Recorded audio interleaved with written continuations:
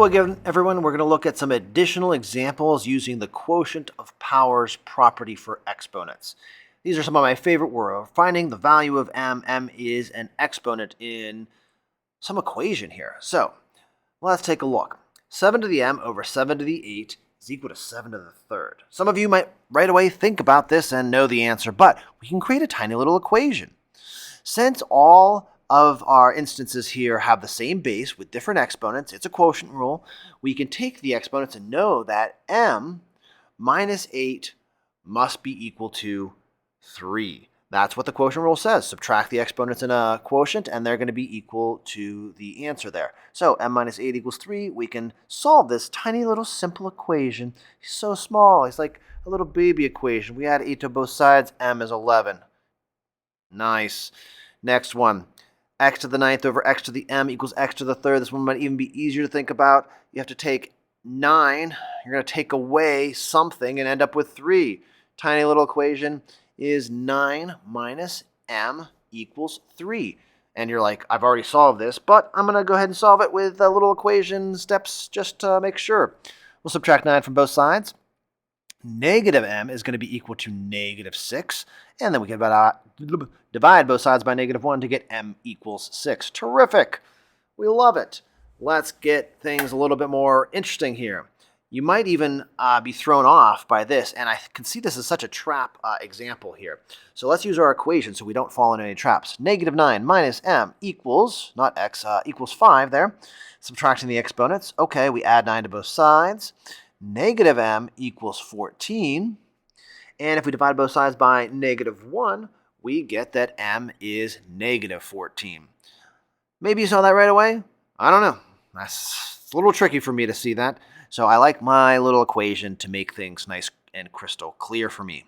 All right, what about, I see some coefficients in our exponents. So let's take a look at one of these examples.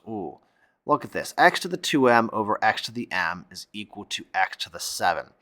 Well, fall back on the rule. It says subtract the exponents. So 2m minus m. Subtracting those exponents is going to give us 7. Well, 2m minus m, we can do that. Those are like terms. This is a little mini equation. Don't forget all your equation solving skills. 2m minus m is just m. And so m is 7. Hey, how about that? I like how quickly that solved itself. Terrific. Let's look at another example here, though. All right. We've got the same base all three places. It's x. We've got different exponents. So 5m minus 2m must be equal to m plus 4. All right, variables on both sides. Let's combine like terms on the one side, and we get 3m equals m plus 4. All right, get all the m's together on one side. Subtract m, subtract m. 2m equals 4. Ran out of room a little bit here. 2m equals 4, and we can divide both sides by 2. And m is equal to 2. If you saw that when you just looked at it in an instant, good for you. You're amazing. But the work is going to make sure we're correct a little bit more often. Okay. Hey, let's look at a real-world example. I think this is awesome.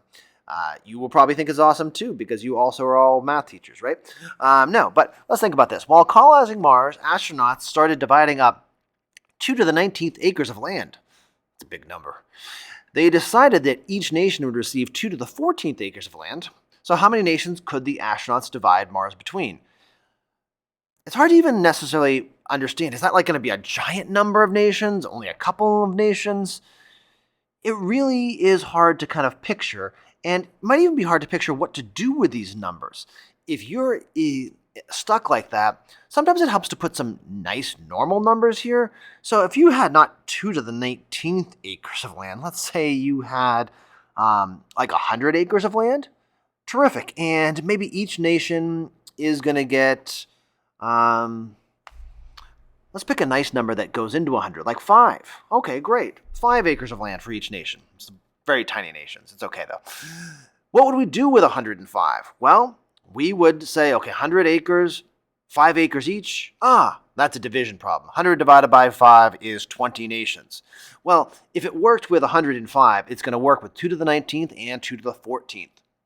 So 2 to the 19th divided by 2 to the 14th, you should have guessed it was going to be a quotient rule problem. And so that means we can subtract the exponents. We didn't need to know what 2 to the 19th is or what 2 to the 14th was.